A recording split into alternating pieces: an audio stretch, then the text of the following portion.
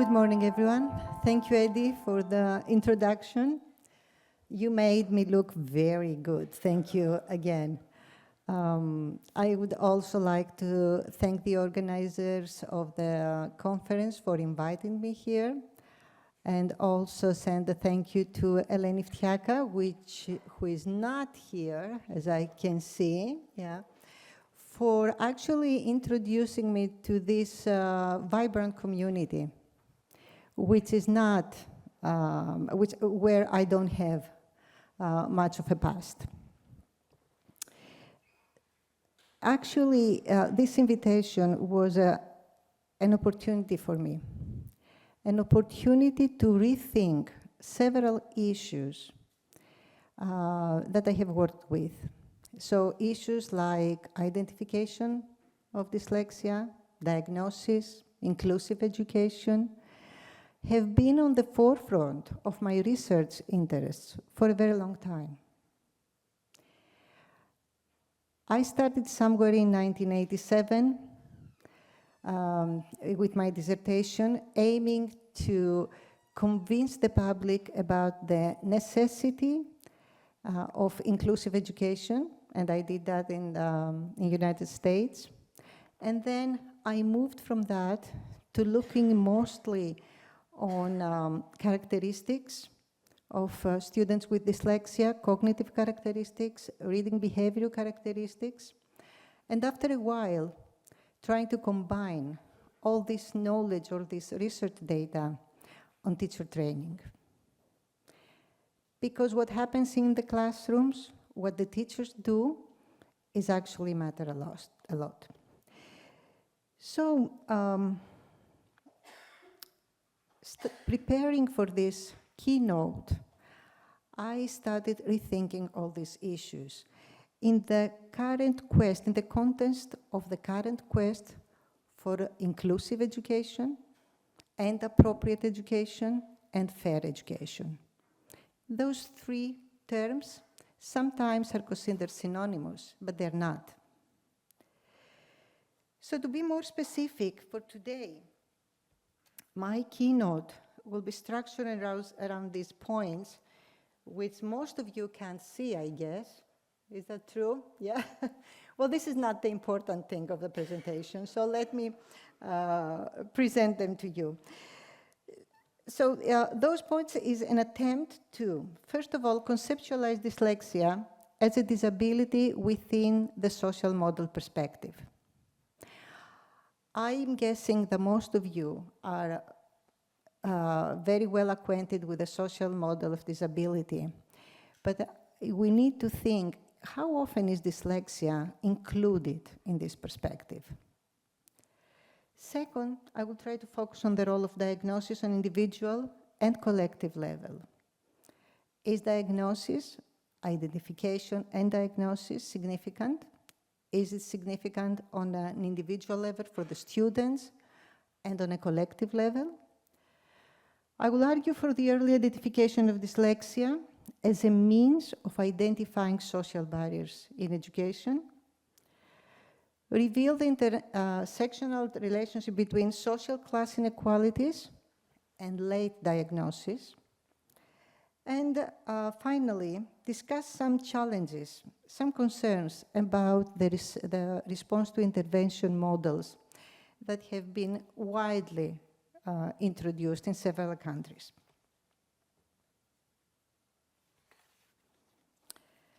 So let me start with the very basic, the gist of the social model. What is that? The notion that impairment is not synonymous to disability. So while people may have certain impairments, they are being transformed to disabilities due to social barriers, either structural barriers or attitudinal barriers. This well-accepted idea this agenda actually has left dyslexia out of it. And one reason for that is that dyslexia is a hidden disability. You cannot see it. So from this perspective, the impairments underlying dyslexia they first need to be defined as impairments in order to explore how they are being transformed to disability. But what do we know about dyslexia's impairment first? There are several definitions, and there are several definitions different depending on the language, depending on the theoretical perspectives, depending on the time that any definition has been produced, and also depending on the level of reference. But there is also something we all agree. So dyslexia is characterized by a specific deficit. And what does that deficit refers to? Reading words and spelling words correctly and fluently. Another issue that there is agreement is that we don't refer to a general low cognitive ability. But mostly, and this is something that I have worked on also, mostly the deficits refer to language, specific language processes. We need also to have in mind that in trying to understand what dyslexia is as an impairment, there are three different levels of study. So we have information from the biological level that refers to all the genetic and neuropsychological characteristics. We also have a level of definition that refers to cognitive processes, the cognitive level, and then it's the level of the behavior. It's where we actually know and learn and study the poor reading and writing behavior. So if we agree that dyslexia, more or less, can be defined and we can reach information from all three different levels as an impairment, how do we go from this impairment to disability? How do we go for a person-based impairment to a social model disability? Well, it's environment, and we know that. And environment plays a significant role even on how a genetic trait or characteristic will be expressed. Often there are arguments whether genetic traits exist or not, whether it is the genetic base or it's the environment. We know the environment plays this significant role. So what we really need to realize is how this environment poses structural and attitudinal barriers, social barriers, and that leads to the definition of disability. Why do we need to identify those social barriers? Is it because we need to reassure that the social model is actually correct? Not only. What the real aim is to fight social exclusion and actually support inclusive education within this process.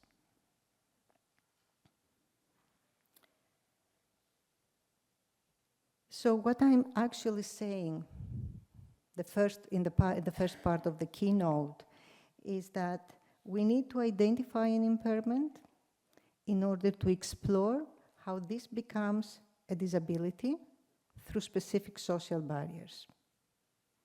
In the case of hidden disabilities, such as dyslexia is not the only one, but this is what I can talk about. Diagnosis serves several functions. First of all, it proves it exists.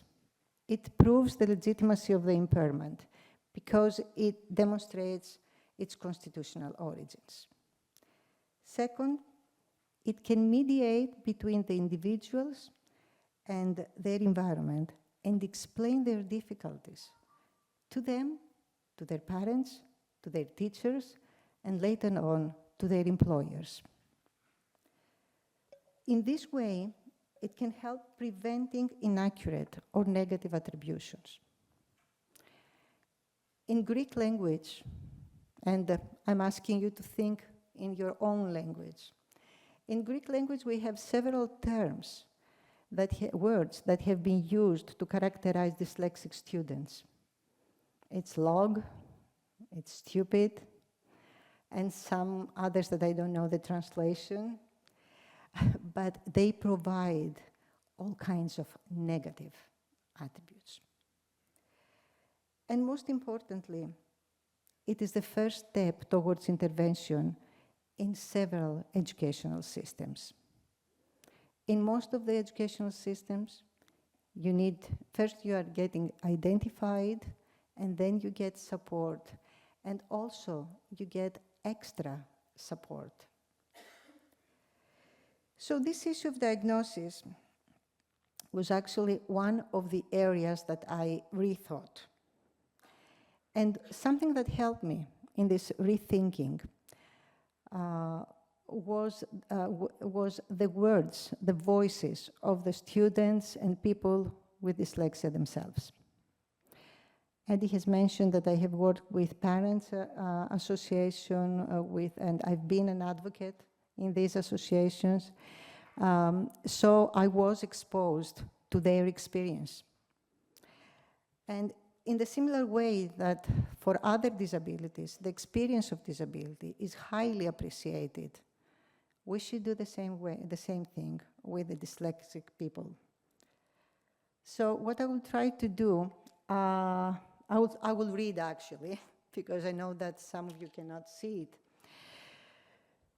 There has been an excellent reveal of dyslexic voices and dyslexic experience done by Riddick and her colleagues. And it was an opening, eye-opening research. So I will share with you some excerpts from her work and also some excerpts from our work in Greece. So I will read to you. I will point to some to specific words because it's obvious, it will become evident that there are specific themes that we meet. Let's see. When the psychologist explained that I had dyslexia, I felt like a weight had been lifted off my shoulders. It wasn't just me being dumb or lazy. There was a reason why I struggled with reading, and it wasn't my fault. After I found out I had dyslexia, my parents and teachers started helping me more with reading. It feels good to know they understand and are here to support me. I'm working hard, and I know I can improve.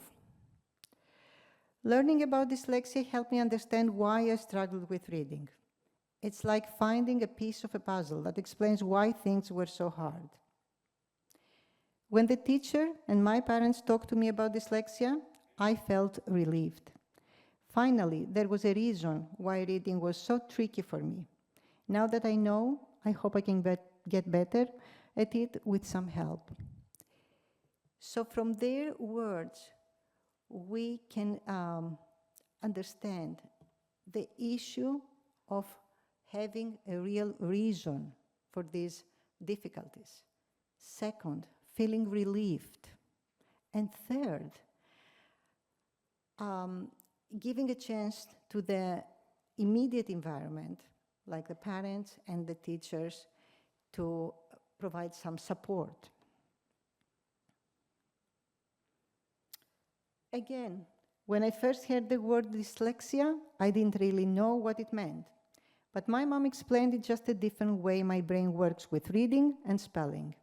Knowing that helped me feel better, because it's not something bad. It's just how I am. I used to think dyslexia meant I couldn't do well in school, but now I know it just means I learn differently. I'm working hard with my tutor, and I can see myself getting better at reading. I feel hopeful about the future. Finding out I have dyslexia was kind of a relief. Again, the relief theme comes up very often. I always struggled with reading and writing, and now I know why. It's like having an answer to why things are hard for me in school. I'm glad my teachers and parents understand now. And for experts from our own research with young, older students, young adults, I remember having conflicts with my parents since the first grade because I made many spelling mistakes. There were conflicts because they thought I was being lazy or I was pulling an act. We were fighting a lot. My mom was trying to help me and always around me. I felt great relief when I learned to have dyslexia. Psychologists from CDAI, National Diagnosis Centers in Greece, told me I'm a smart kid, but I have dyslexia. I was relieved. Now the reactions of the others around me, that's another story. Surely the fact that you learned the cause, why the problem exists, what is exactly the problem, it's a relief for you. I don't know about the others, but I was relieved. And the last one, after junior high school, I was happy when I realized what dyslexia is. My parents helped me with that. So listening, reading those excerpts, what do they really tell us? It's the issue of relief. It's the issue of understanding why. It's making the others understand why. It's providing support. And it's also feeling empowerment that you can make it in the future. If we think of the diagnosis, what they really tell us about diagnosis, we can think on an individual level, and we should also start thinking on a collective level, on a disability rights perspective level.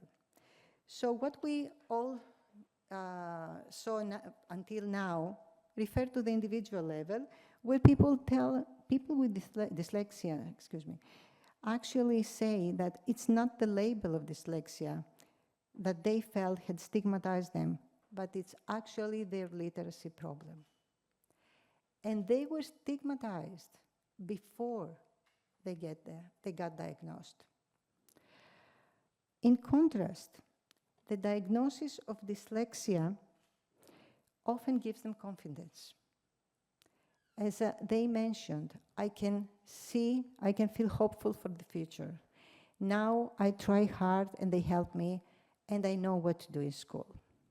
But this is on an individual level. If we move a little bit and we go on the collective level, then let's think that for the group, for people with dyslexia, a diagnosis could assist them to understand that it's not a personal problem. And it also assists them to create a new social identity.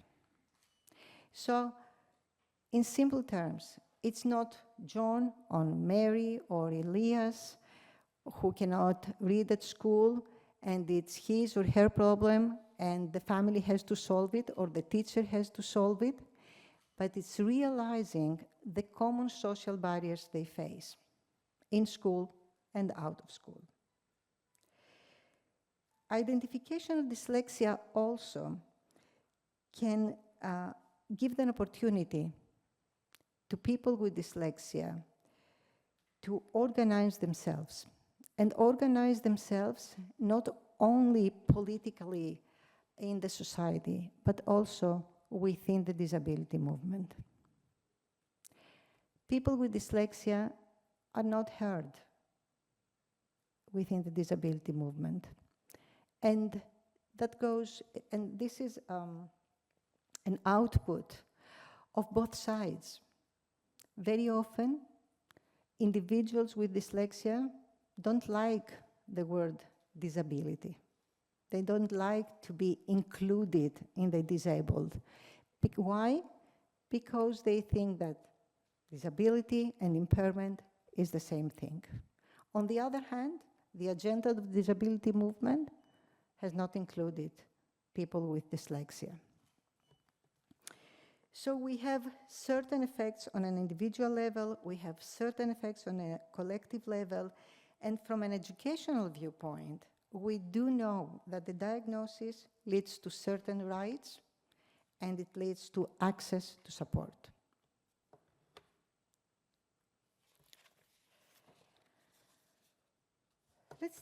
Let's see now how this diagnosis has been applied.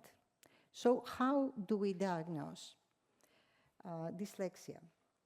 First of all, the prevailing models of dyslexia have focused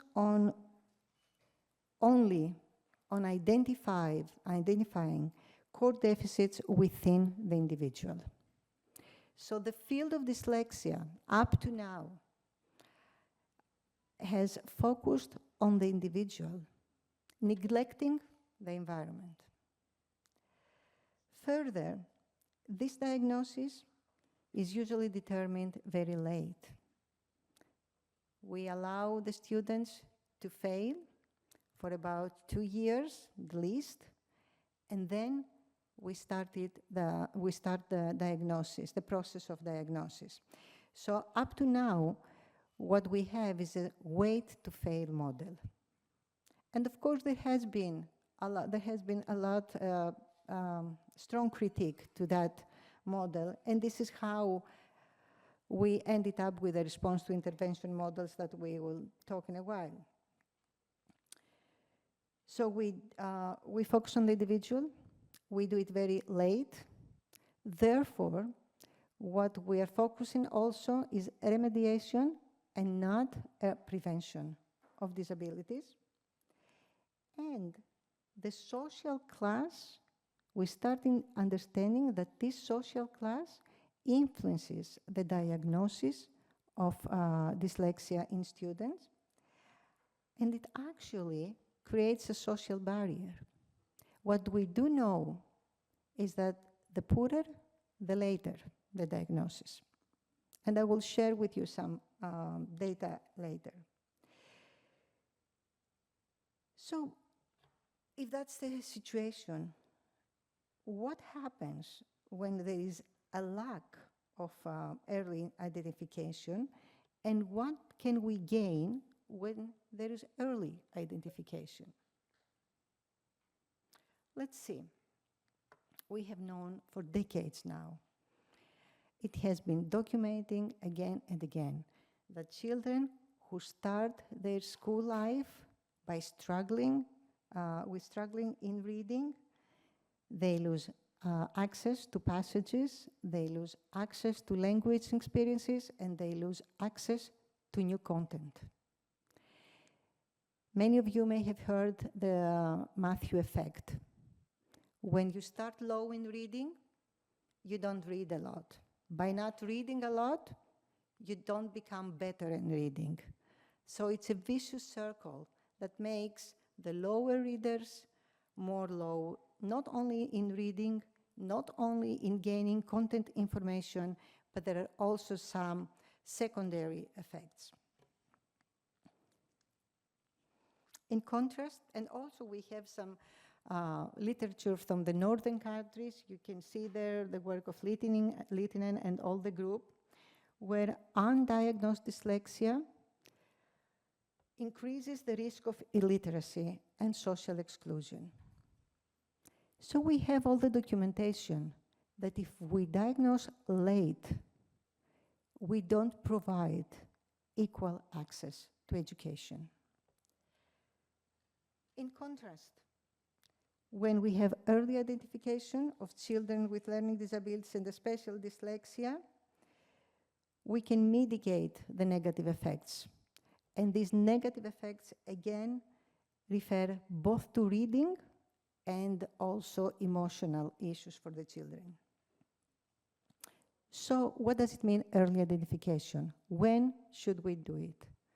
We should do it either before reading starts being taught or at the very beginning.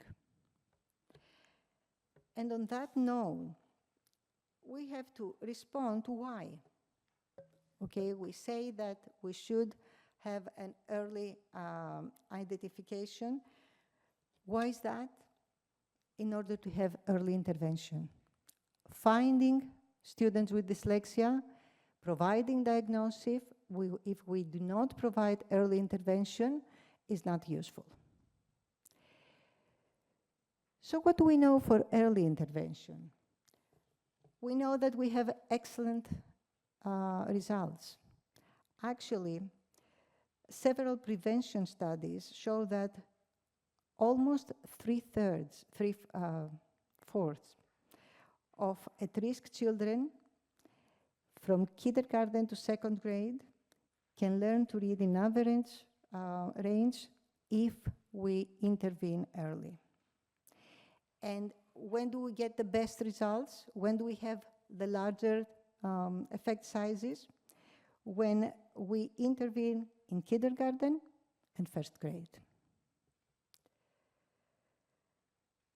I would like to also remind you here that if we provide appropriate intervention early, we also spare the children of the secondary negative effects that reading failure brings. Think of a very young child who goes to first grade, very enthusiastic about learning. And he or she starts trying to learn to read, and little by little realizes that everybody around them do that in an easy way. They learn how to read in an easy way, but they can't. They don't know why. The people around them don't know why. And they pay the price.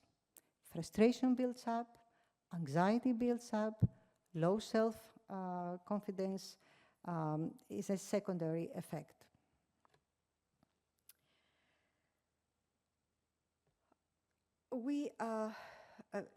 I tried to give a picture of tried to present to you my rethinking about diagnosis. In my earlier work, I was very interested in how exactly to diagnose the children. What exactly do I need to measure? What really interests me now is how to apply all this knowledge in early identification and early intervention. Why? Because early identification of dyslexia is vital for planning and implementing early intervention. And this is a way to support both equity and inclusion. If we allow the students to fail continuously in schools, they are being excluded even every day from what's going on in the regular education classroom. So what I'm suggesting is that early identification can also function as a means of identifying disabling barriers at the school level.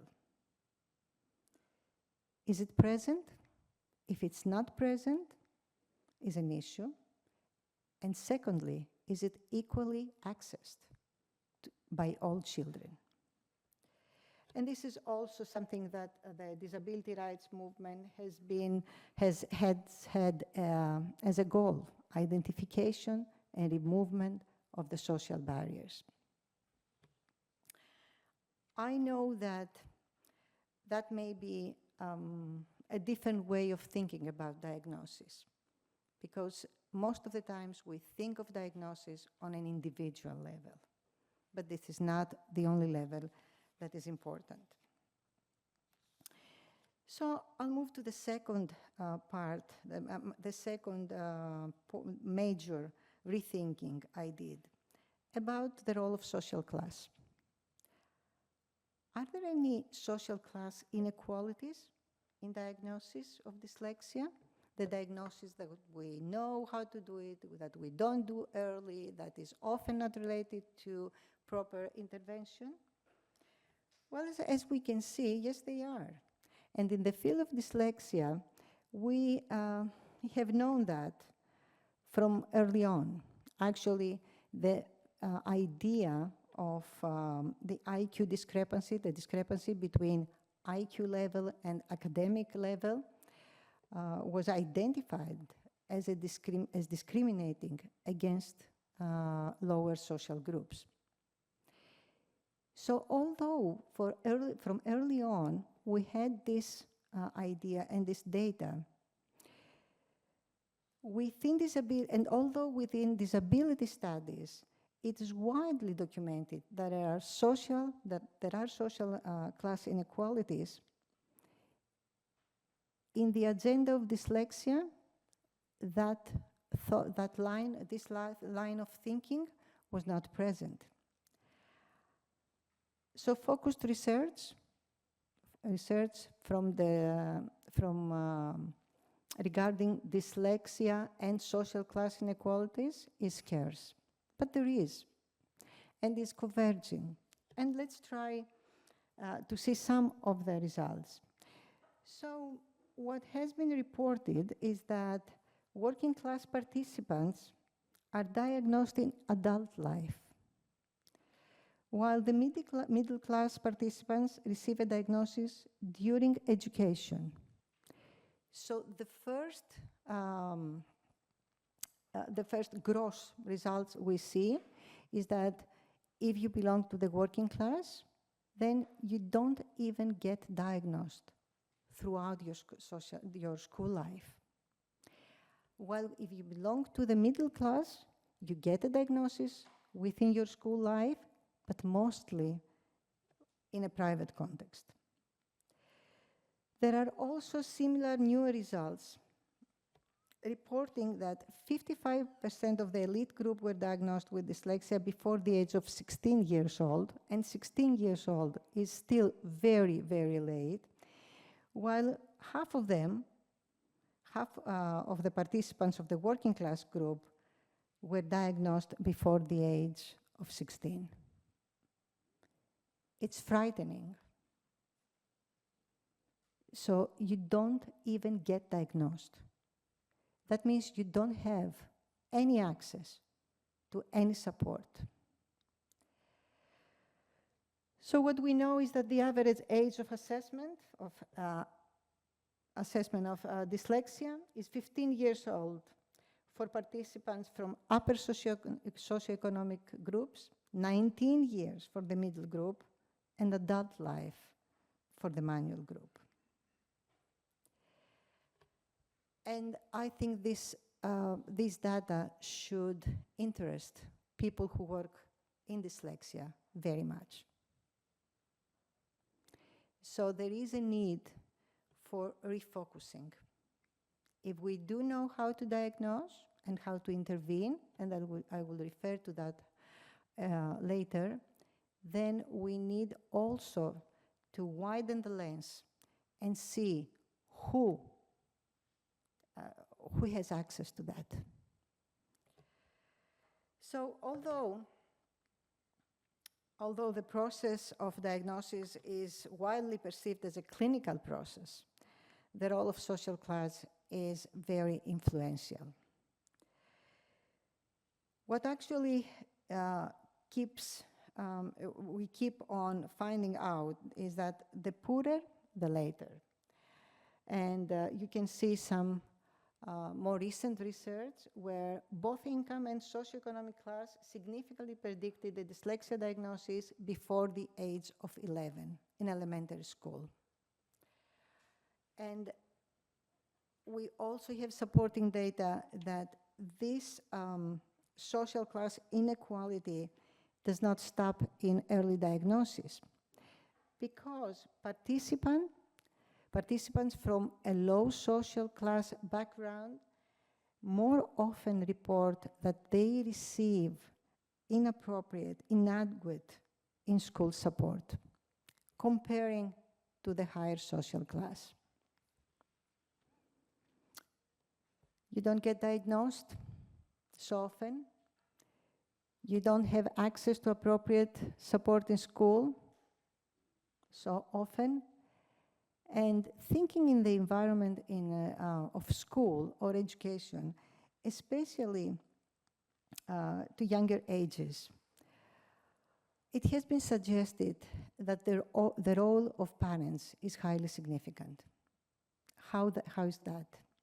Well, parents of high and middle class, they can navigate the processes within the educational system, and they can ensure that their children can get both diagnosis, if it is provided with the educational system, and support.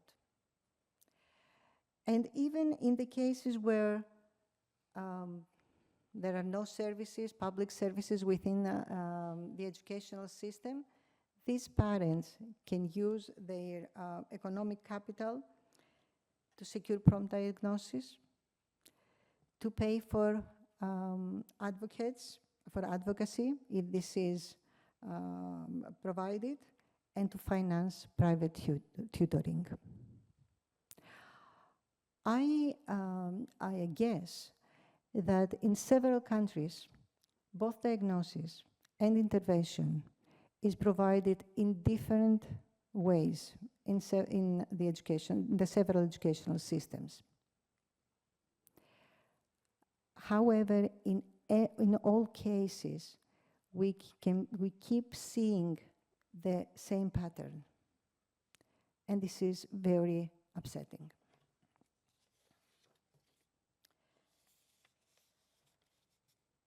So this upsetting current picture should make us think where we are today, open-minded, if we want to decide where we want to be tomorrow. So where do we stand? Current diagnostic procedures promote social inequalities in at least two ways. One, they are provided late. Second, the second way, the access to those late provided diagnosis is not equal. And with all the push that exists in several countries, and I can speak also, I think, for Cyprus and for Greece as well, there is a push for privatization of both diagnostic procedures and early intervention. And this push, if it gets applied, it will just magnify the situation that we face today. We also have limited support in schools. And this is a social barrier. When we allow students to fail in school, we raise social barriers to inclusion. And there is also often, especially by governments or politicians, there is a narrow conceptual understanding of inclusion. And becomes most of the time synonymous to having the child within regular education. However, we need to think whether in situations where there are social barriers that limit the presence, the participation, and the achievement of the learners, whether in this way we assist in turning an impairment to a disability. Where do we want to be? Oops. Where do we want to be? Well, we want to find them early. We want to do something good about it. And we need to be inclusive. So there is a risk if we focus on finding them early without linking that to appropriate intervention. We should always be aware of that. So what we need to do is, again, provide early identification, and also secure access. The third, the inclusive, the need to be inclusive, does not refer only to having, to lifting social barriers in terms of provision. It is also linked to raising awareness. Students with disability and students without disability, also when students with disability are facing dyslexia, need to be aware of their difficulties and all of the other students. We cannot raise awareness about dyslexia. We cannot make dyslexia part of any human, part of a human condition if the students are not being evident.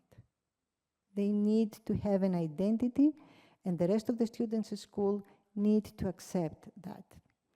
And it's interesting how, with more severe conditions, such as autistic children, there has been such a great improvement in accepting them within the regular education classroom. With dyslexia, although they live in the regular education classroom, students have not gained that acceptance yet. Fortunately, there is significant research in the area of early identification.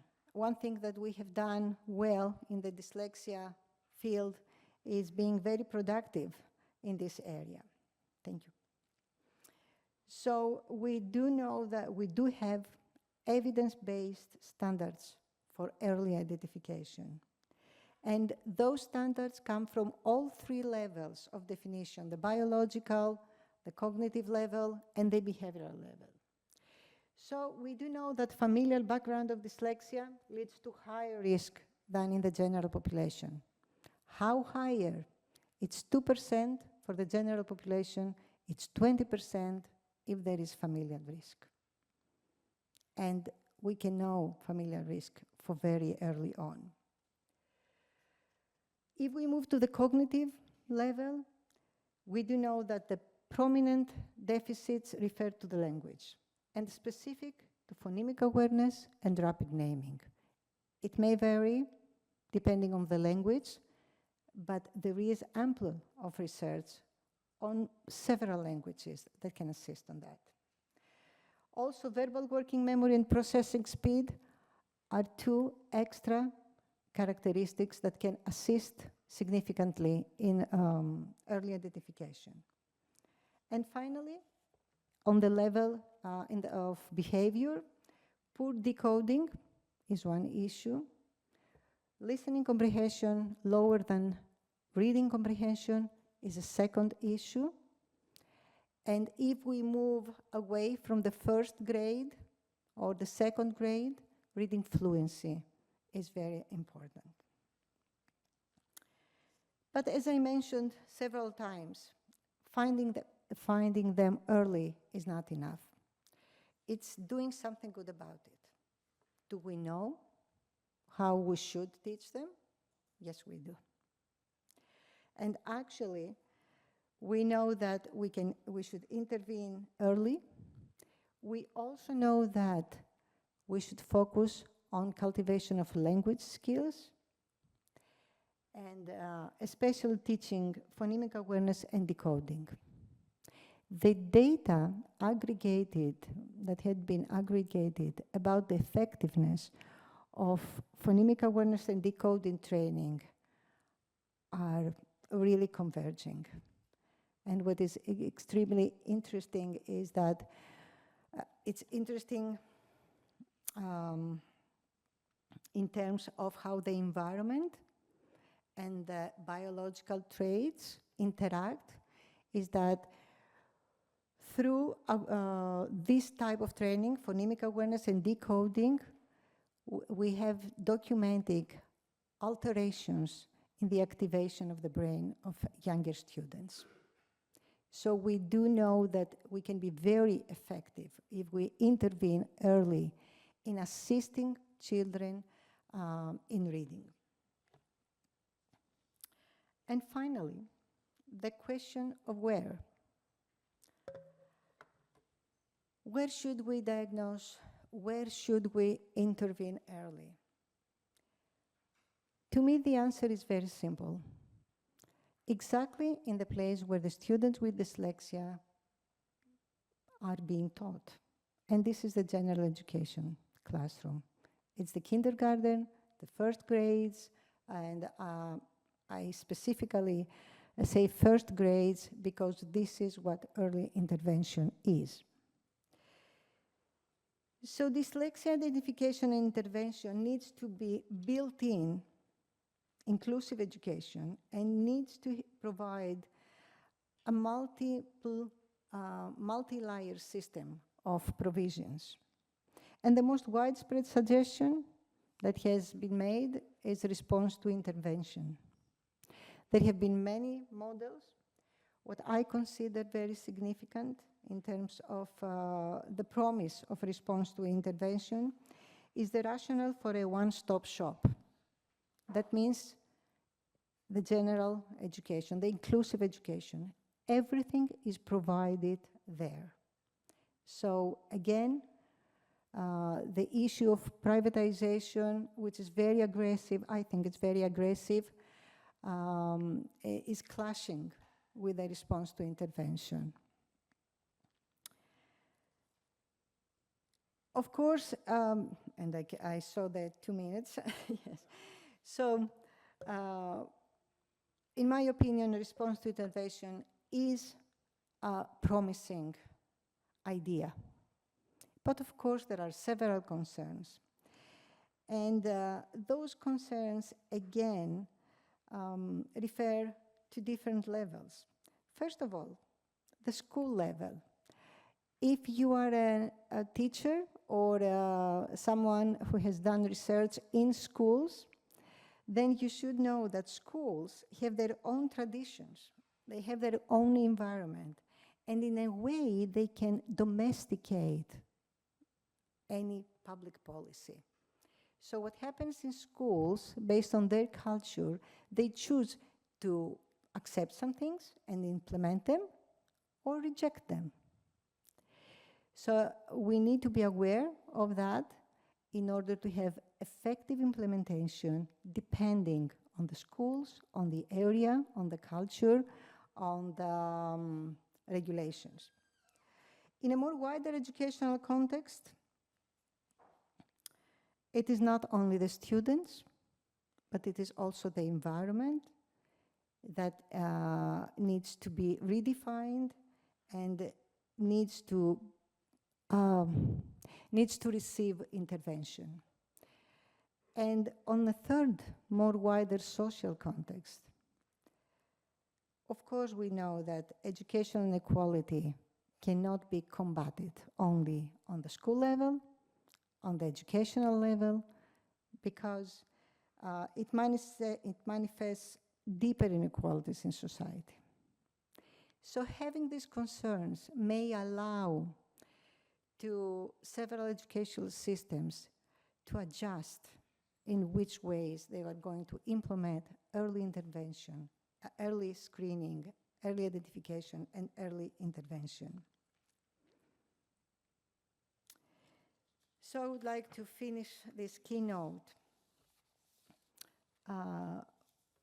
not with research, but again, with the words and the voices of a dyslexic person. And actually, I would like to dedicate this keynote in memory of Benjamin Zefania, who died almost a year ago and was a poet and an actor with dyslexia. He found out late, so he has expressed in his interviews how he felt. So, in his words, if you're dyslexic and it feels there's something holding you back, just remember, it's not you. It's the way things at school or in society are presented to you. In many ways, being dyslexic is a natural way to be. Thank you.